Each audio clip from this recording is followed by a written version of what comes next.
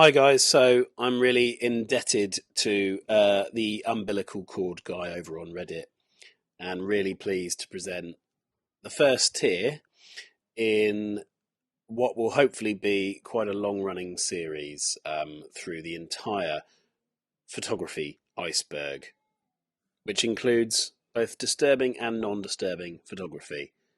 I hope you enjoy me trying something a little bit new.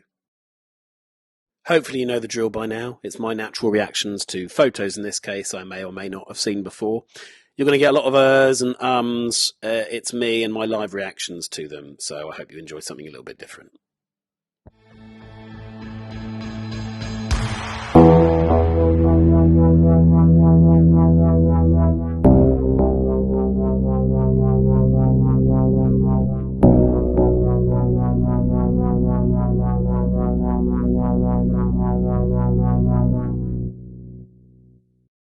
And we begin with Bliss. Bliss is the default computer wallpaper of Microsoft Windows XP's operating system. It's probably worth saying now that this iceberg is, not necessarily going to have fully disturbing pictures on it. So obviously here we've got Bliss, which isn't disturbing at all.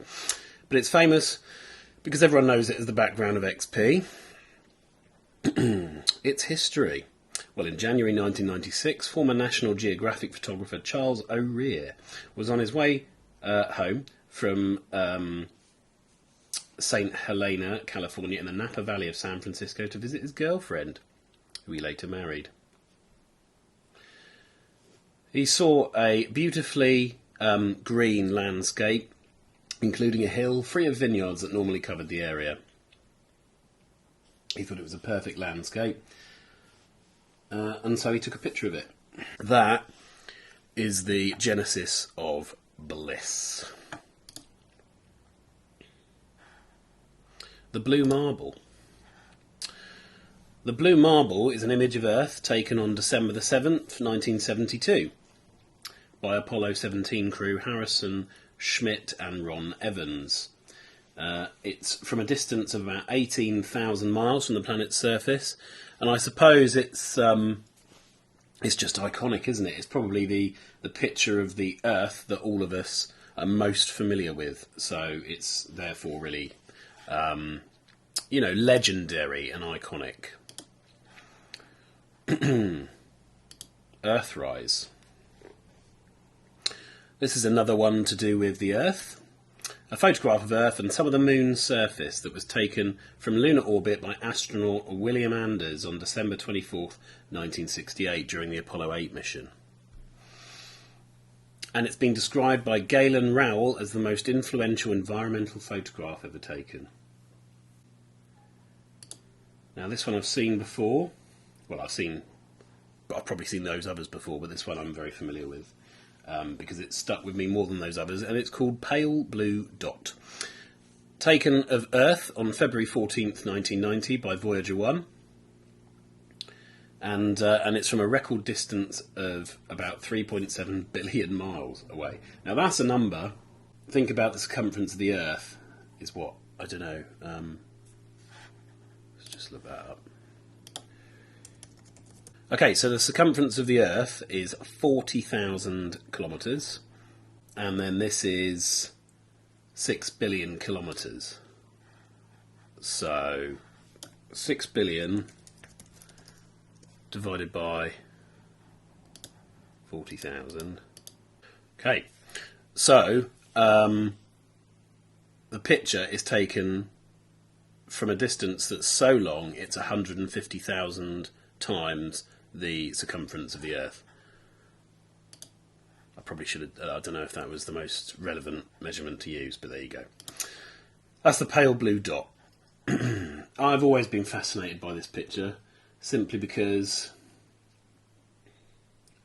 it just goes to show how insignificant the Earth is when you take into account the whole of space. I mean, that fact in of itself is just remarkable, isn't it? Okay, we move on from the universe and move on to something a bit more grounded, VJ Day in Times Square.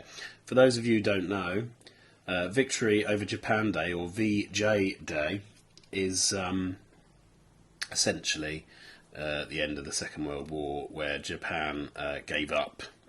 And this photograph is very famous, parodied once in The Simpsons. VJ Day in Times Square, photographed by Alfred Eisenstedt, was published in Life in 1945 with the caption, "In New York's Times Square, a white-clad girl clutches her purse and skirt as an uninhibited sailor plants his lips squarely on hers." So interestingly, because the photograph doesn't show the faces of either people, lots of people have claimed to be the people in the picture. But there are lots of different interpretations of the photograph. And one interpretation is that it's normalised sexual assault. And I kind of get that, because by all accounts the kiss was just happened. So I don't think the sailor in question knew the person. Is that right? I don't think so. She might be married. Okay, Afghan girl. So, this is very famous as well. We're on the first tier, so a lot of these photographs are going to be well known, and most of them I have seen before. It's a photographic portrait of Sharbat Gula, who's still alive, also known as Sharbat BB, taken by photojournalist Steve McCurry, and it appeared on the June 1985 cover of National Geographic. Now, one thing I like about photographs over, say, video, is that they're timeless. This could have been shot yesterday, because the clarity, the colour, and its composition is so timeless. It could have been a Renaissance painting from the 1600s. The photo is obviously miraculous. I mean, look at those eyes. It's just an incredible picture. Photo's been likened to Leonardo da Vinci's The Mona Lisa. And, I can see why in terms of composition. But I think it's better. It's more impactful. Migrant mother. Now, this one I had seen before but didn't really know the context. It's a photograph taken in Nipomo, California, by American photographer Dorothy Lang during her spell at the Farm Security Administration. The photograph has become an icon of the Great Depression because it is in the public domain. It's been reproduced to serve as advertisements. But it's all in the expression. It's timeless. You only have to look into the woman's furrowed brow. She's probably younger than she looks to see the emotion therein. Another really famous picture, raising the flag on Iwo Jima, is an iconic photograph. It's 6 United States Marines, and it's in the final stages of the Pacific War with the Stars and Stripes being mounted. I think it would be difficult to think of another kind of iconic American wartime photograph. Wow. Well, I'm going to eat my words straight away because this is terrifying, I think. If any of you have ever seen Saving Private Ryan, you'll know about the opening of the film, which is devastating and features a lot of action going on Omaha Beach. And one of the first things you see, initially, is the attack on the American troops landing on D-Day from the landing crafts, and immediately being, vomiting, shitting themselves, being shot in the head, and then going on to fight, and then often immediately die. I am forever grateful that I have never needed to do this for my country. I don't know how I'd cope with it. I think I'd cope with it better now than when I was a younger man. But yeah, Into the Jaws of Death, Taxis to Hell and Back by Robert F. Sargent. Depicts soldiers of the US Army's 1st Infantry Division disembarking from an LCVP landing craft vehicle, personnel from the US Coast Guard crewed USS Samuel Chase at Omaha Beach during the Normandy landings. Horrific. This is a really wonderful iceberg chart. I've got to hand it to Umbilical Cord Guy. You know, the variety is just brilliant. So this is the Pillars of Creation, a photograph taken by the Hubble Space Telescope. These are called elephant trunks of interstellar gas and dust in the Eagle Nebula in the Serpens constellation, and these are 6,500 to 7,000 light years from Earth. Now, my science is awful, but I take light years to mean so 1 light year would be in terms, so it's distance, not time, and it's distance in terms of how long it takes the light from origin to reach the Earth. So 7,000 light years from Earth is their location, meaning that this image that we're seeing is as they were 7,000 years ago, although it was taken in 1995, so 7,026 years ago. Just incredible. I think stuff like this is so amazing, and it blows my mind, blows my tiny mind, because I just can't fathom it. I just can't fathom it. How can you even begin to understand something that not only is that old, but is that far away as well? Incredible. Tank Man, very famous picture. This is all about the. This is a picture from the. Now, I always really struggle with pronouncing this word. Tiananmen, I think. Tiananmen. Apologies if that's wrong.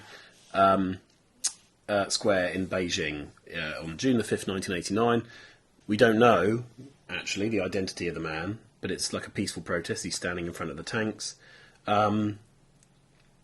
If you are interested in the morbid reality of the Tiananmen Square massacre, I strongly suggest going onto Morbid Reality on Reddit, because they have got loads of stuff about it. Okay, that was Tank Man. Buzz Aldrin, photographed by Neil Armstrong. Now, this is obviously an incredibly iconic photograph, because it's a photograph from the moon, and it's not, and it was the sort of main record, I suppose, of one of the most incredible feats of human endeavour in the 20th century. So Neil Armstrong got his camera out. Lunar module pilot Buzz Aldrin posed. They spent about 2¼ hours together outside the spacecraft and collected 20 kilos of lunar material to bring back to Earth. Command module pilot Michael Collins flew the command module Columbia alone in lunar orbit while they were on the moon's surface, which must have been terrifying, I would have thought. Yeah, it's a photograph, it's a record, but it's an incredible one. Lunch atop a skyscraper has got to be one of the most iconic and probably one of the most famous photos of all time, and is entirely real. 11 men eating lunch, seated on a girder with their feet dangling, 840 feet above the New York City streets. It was taken in 1932 on the RCA building during the last months of construction. The photograph is generally believed to have been staged by Rockefeller Center to promote its new skyscraper, but it is completely real and, absolutely terrifying. I'm not one for heights, but this photo's always fascinated me, even as a child. What an incredible photo. The Falling Man. Now we get onto the slightly more morbid aspect of some of these photos, and in fact, as we progress further down this iceberg, the photos do get more and more morbid. But the Falling Man is a photograph taken by Associated Press photographer Richard Drew of a man falling from the World Trade Center during the September 11th attacks.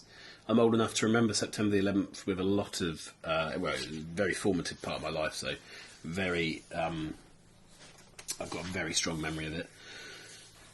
I'm sure all of you know this already, but people in the building a lot of them were trapped by smoke and fire and by debris, so a lot of them considered jumping out to be a preferable end to their life as opposed to burning or suffocating inside. There was a recent documentary released to commemorate 20 years since the terrorist attack, and also the documentary from around the time as well contains a lot of audio of, and in some cases video of, jumpers jumping. And yeah, when the photo was released on September the 12th, the image was labelled as disturbing, cold-blooded, ghoulish and sadistic, which is natural straight after a disaster, but in time since, it's come to be kind of held up as an amazingly powerful record of an event, which, you know, is fair enough. The last photos of Omayra Sanchez. This photo has always really haunted me. This was a 13-year-old Colombian girl killed in Armero, Tolima, by the 1985 eruption of the Nevado del Ruiz volcano. Volcanic debris mixed with ice to form massive lahars, which are mud flows, landslides and debris flows. They rushed into the river valleys below the mountain, which killed more than 25,000 people. So, the issue was that Sanchez was trapped up to her neck by debris and by, you know, water and by the flow, and she eventually died from exposure from gangrene or potentially hypothermia. And this is a photo of her. The eyes, especially, are absolutely haunting. The Hindenberg disaster. So again, I feel like I may be telling you stuff you already know, but you know, this is the beginning of an iceberg, so this is stuff that is going to be quite well known. The German passenger airship LZ-129 Hindenberg caught fire and was destroyed during its attempt to dock with its mooring mast at Naval Air Station Lakehurst. The accident caused 35 fatalities from the 97 people on board and an additional fatality on the ground. And it was covered a lot during the time in 1937. And it had flown from Frankfurt to Lakehurst in New Jersey. The video is even more disturbing because you hear, you know, the extremely emotional kind of narration happening, and obviously, the humanity comes from this. Just an awful disaster, really. Lots of reasons for ignition and lots of hypotheses. Ultimately, it's a technology that hasn't really persisted. So the Abbey Road cover, I mean, I refuse to believe that anyone watching this video has not seen this picture. Also happens to be my favourite Beatles album. It's iconic. I can't believe I've never visited Abbey Road, but I haven't. I feel like if I did, there'd be about 1 million people trying to cross at that crossing. So, yeah. Instagram egg. Don't know what this is. It's an egg. The Instagram egg is a photo of an egg posted by the account at world_record_egg on the social media platform Instagram. It became a global phenomenon and an internet meme within days of its creation, and is both the most liked Instagram post and the most liked online post on any website in history, with over 55 million likes as of June 2021. Okay. And ultimately it was used to promote mental health. Well, there you go. Bernie Sanders mittens. So this is one of the more recent pictures. Quite a light one here. So this was during the inauguration of Joe Biden. Bernie Sanders was sat there, and we're wearing mittens just like a kind of old man. I think this photo became really popular. So this would have been, if it was an inauguration, it would have been January of this year. So, yeah. Now I remember at the time he started to release some official merch for it, like jumpers and stuff with this image on it. It's just a great photo. I just like it because Bernie Sanders is one of those people at his age. He just is who he is. He doesn't kind of make any apologies for it. He's just who he is. And I've got, the older I get, I've got a lot of time for people just being themselves. And he just thought, I want to sit here and wear my great big mittens because it's cold and I'm in my 70s. Good for him. Okay, Situation Room. Yeah, I'm also aware of this picture. So the photo itself is, I believe. Now I can't find a. I can't find the actual account for it, so I'm going to have to freestyle on this one. Luckily, I think I know what this is. So this is during Obama's tenure as president, and what it is most of the senior kind of members of the US office cabinet watching footage, I believe, from storming. Is it Osama bin Laden's compound, and then ultimately executing him. And I think one of the reasons why it's such a famous photo is not just because of the moment, warrants a photo, but the composition as well. You've not got Obama sat in the main chair. You can't imagine other presidents allowing someone else to sit in the main chair, but you've got. I wish I knew who it was. Here we go. Description. So you've got Marshall B. Webb, or Brad Webb, Brigadier General, who's obviously in charge, sat right in the middle, and then you've got, you've got Hillary Clinton to the right there, Obama to the left, and then Biden to the extreme left, plus everyone else. It's just fascinating, the composition. Look at everyone's expressions. Look at Hillary Clinton. And look at Biden, and everyone's got a slightly different expression on their face. Look at Obama. Fascinating. One of my favourites. Family portrait. This I don't know. The family portrait, or sometimes portrait of the planets, is an image of the solar system acquired by Voyager 1 on February the 14th, 1990, from a distance of approximately 6 billion kilometres from Earth. It features individual frames of 6 planets and a partial background indicating their relative positions. The picture is a mosaic of 60 individual frames. The frames used to compose the image were the last photographs taken by either Voyager spacecraft, which continued to relay other telemetry afterward. These frames were also the source of the famous pale blue dot image of the Earth. Right. So I didn't realise that the pale blue dot was a composite photograph. 6 planets are visible in the mosaic from left to right: Jupiter, Earth, Venus, Saturn, Uranus, Neptune. The Sun, also a point of light at this distance, is included in the image. 3 then planets were missed. Mercury was too close to the Sun to be seen. Mars could not be detected by the Voyager cameras due to its position, resulting in it only producing a thin crescent from the viewpoint of the spacecraft. And Pluto, which in 1990 was still considered a planet, was not included because its small size and distance from the Sun left it too dim to image. Okay, so Hirayoko, I am so sorry for that pronunciation, is a very famous photograph of Che Guevara, taken by Alberto Corda. This image is so incredibly famous that it has been used for sort of countless, T-shirts, edgy merch, and just stuff that has been produced in commemoration of Che Guevara. None of which he probably would have been or had any part of, really, had he still been alive.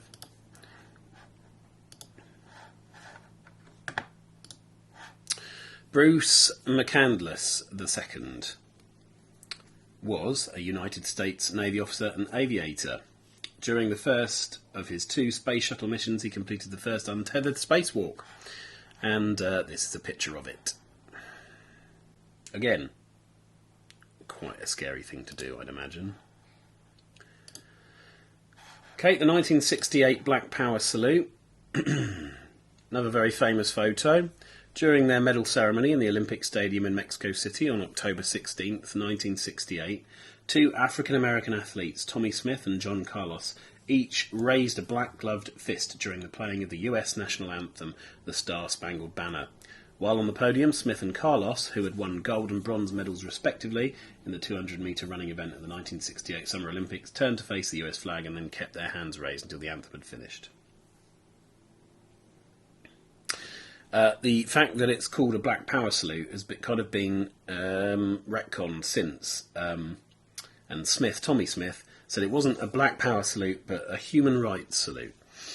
And it's been regarded as one of the most overtly political statements in the history of the modern Olympics. The Olympic Committee responded, and they deemed it, well, the president, Avery Brundage, deemed it to be a domestic political statement unfit for the Olympics. He ordered Smith and Carlos to be suspended from the US team and banned from the Olympic Village. The US Olympic Committee refused, and so he threatened to ban the entire US track team. This threat led to the expulsion of the 2 athletes from the Games. But Smith and Carlos were not ordered to return their medals. I feel like this shows where there's an awful lot of race relation issues going on at the moment. However, I feel if this happened now, it would be more allowed than it was then. And I think that that reaction would not happen. The Brown Lady of Raynham Hall. Now, interestingly, I've actually covered this already in my ghost video. It's yeah, I mean, you watch the video, but yeah, it's one of the most famous ghost photos in history. Einstein sticks his tongue out is one of the most famous photos of Einstein, and yeah, again, this has linked me through to kind of not much in the way of research. So let's look it up.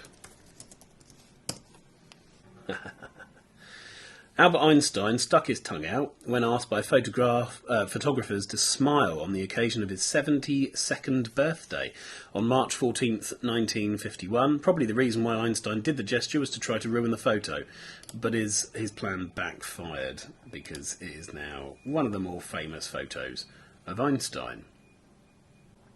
So these are all photographs electronically placed on the phonograph records which are carried on board the Voyager 1 and 2 spacecraft. And essentially what you're seeing is well, you won't be seeing this, but there are 115 images encoded in analogue form, and then some audio as well. A list of images included on the golden record but not viewable is at the bottom of this page. I've shown you here the Jupiter image. The Jupiter image is one of the pictures electronically placed on the phonograph records which are carried on board the Voyager 1 and 2 spacecraft. So it'll be 40,000 years before the Voyager makes a close approach to any other planetary system, at which point they might want to actually play some of this. You got all sorts. Quite interesting. I didn't know any of this existed. What is that? Well, what is the point in that? Because that's not how we eat, is it? Or drink. They're going to think we're crazy. Okay, so photograph of Lincoln, taken by Alexandra Gardner in 1863. So I know that photography was, in its sort of early stages, or relatively early stages at this point, and here we've got a photograph of someone from over 150 years ago, and a prominent person at that. And not only is it a photograph of someone, but it's also a very good photograph. It's a very good portrait. of the man himself. So that's quite iconic. Okay, Pluto. So Pluto's image taken by New Horizons on July the 14th, 2015. So this is the best image we've got of Pluto. From a range of 22,025 miles. The striking features on Pluto are clearly visible, including the bright expanse of Pluto's icy nitrogen and methane-rich heart, Sputnik Planitia. The natural-looking colours result from refined calibration of data gathered by New Horizons Colour Multispectral Visible Imaging Camera. The processing creates images that would approximate the colours and what the human eye would perceive, bringing them closer to true colour than the images released at the time of the encounter. The source single colour MVIC scan includes no added data from other New Horizons images or instruments. So essentially it's a high-res, good quality image of one of our lesser known bodies in the solar system. The Roaring Lion. I was expecting a picture of a lion. It's a picture of Winston Churchill.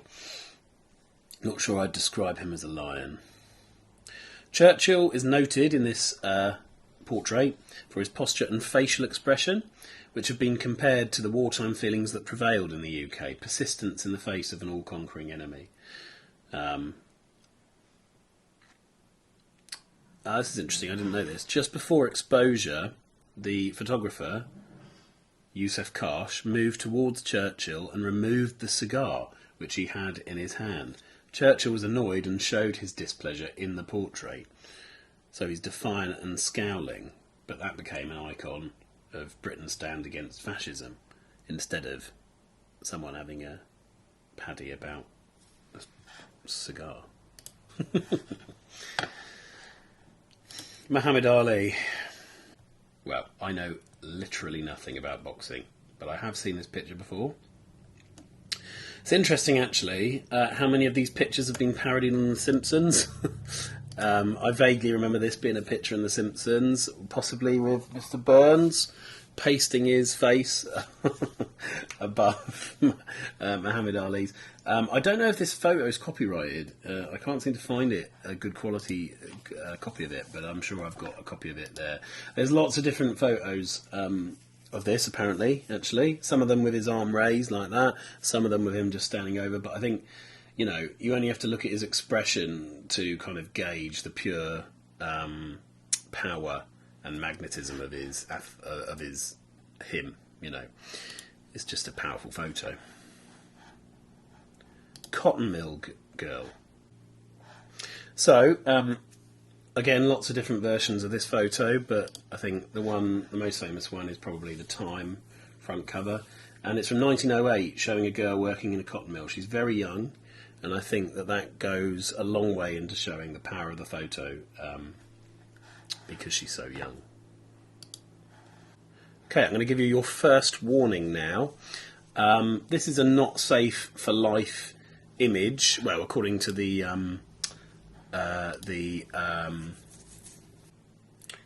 Iceberg, I would have called it not safe for work rather than not safe for life. This shows some of the torture that was taking place in the Abu Ghraib scandal. This was happening in Abu Ghraib prison in Iraq, and the United States Army and CIA personnel were found guilty of human rights violations, including physical, sexual abuse, torture, and other stuff as well. And yeah, basically this wasn't real torture. Well, no, sorry, this was real torture, but psychological rather than physical, because they told the prisoner in this particular case that if he moved he would get electrocuted. And here you can see there's wires tied up to him. And it's just it's obviously awful, but also a haunting sort of image as well.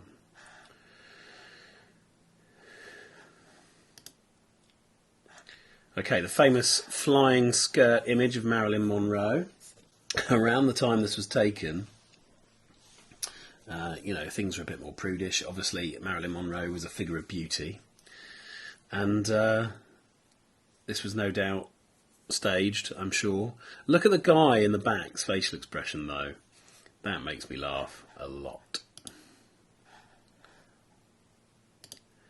Dewey defeats Truman. So, this was an incorrect banner headline on the front page of the Chicago Daily Tribune, the day after incumbent United States President Harry S. Truman won an upset victory over his opponent, Governor Thomas E. Dewey. It was famously held up by Truman at a public appearance following his successful election, smiling triumphantly at the error. I guess because at the time, newspapers probably had to produce a lot of their copy kind of earlier, and so they took a punt on that being the result, and it didn't pan out. Elian Gonzalez is a Cuban citizen who became embroiled in a heated international custody and immigration controversy in 2000 involving the governments of Cuba and the United States. His father, Juan Miguel Gonzalez Quintana, his other relatives in Cuba and in Miami's Cuban community. The picture in question is obviously quite devastating because it shows a federal agent retrieving Elian from his relatives' home in Miami, and the photo won the 2001 Pulitzer Prize for breaking news. There's so much going on in this photo, but I think that the reason it is such a powerful photo is just the three expressions that you can see in it. Okay, now we get very meta, because this is Ralph Clevenger's Iceberg. And the reason this is here is because it forms the basis of all these iceberg charts and videos. It's a phenomenally well used and popular image, and obviously it is the visual embodiment of kind of the tip of the iceberg. It's a composite photograph. I think there are 3 different versions of it, but it is a fascinating picture, and obviously forms the basis of this kind of iceberg chart and probably the thumbnail of the video as well. Couple left. Time travelling hipster. I've always been absolutely fascinated by this picture, primarily because it appears to show someone time travelling at a 1941 bridge opening. If you look at the guy in the picture, he just looks very modern. He's got a kind of football jersey on, a kind of stringy sort of hoodie type thing. He seems to have modern hair and modern glasses, but actually there's quite a lot of explanation for what he's wearing and why. So, a photograph from 1941 of genuine authenticity of the reopening of the South Fork Bridge in Goldbridge, British Columbia, was alleged to show a time traveller. It was claimed that his clothing and sunglasses were of the present day and not of the styles worn in the 40s. But further research suggested that the present-day appearance of the man may not have been so new. The style of sunglasses first appeared in the 20s. On first glance, the man is taken by many to be wearing a printed T-shirt, but on closer inspection it seems to be a sweater with a sewn-on emblem, the kind of clothing often worn by sports teams of the period. The shirt is very similar to the one that was used by the Montreal Maroons, an ice hockey team from that era. The remainder of his clothing would appear to have been available at the time, though his clothes are far more casual than those worn by the other individuals in the photograph. And that, I think, is the reason for why people think he looks so modern, simply because he's more casual than most people would have been when in public at the time. So debate continues as to whether it's a time traveller or it's been photoshopped. It's just a man wearing genuine clothing from the time, who's very casual. Finally, woman with a handbag. The woman with the handbag, the lady with the handbag, is a photograph taken in Växjö, Sweden, on the 13th of April 1985 by photojournalist Hans Runesson. It depicts a 38-year-old woman. Blimey, is she only 38? Hitting a marching neo-Nazi with a handbag. According to scholar Samuel Merrill, the photograph became popular for 3 reasons. It captures what Henri Cartier-Bresson called the decisive moment of an action or composition. It anticipates and insinuates rather than explicitly demonstrates violence, and it depicts what seems to be a vulnerable older woman, she's only 38, confronting a young archetypal neo-Nazi skinhead. When did people who are 38 start being considered as being old?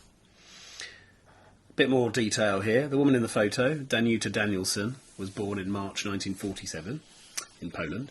She had 3 siblings and was of Jewish-Polish heritage. Her mother had survived a German concentration camp in Poland during the Holocaust, reportedly in Auschwitz, and she met Bjorn Danielson at a jazz festival in Poland in 1981. They married in November of the same year, and the couple moved to Sweden in October 1982. She was for a while anonymous, but then became famous. The man hit by Danielson was identified as Seppo Seluska, a militant from the Nordic Realm Party, and was later convicted for the torture and murder of a gay Jew. And that's the end of that.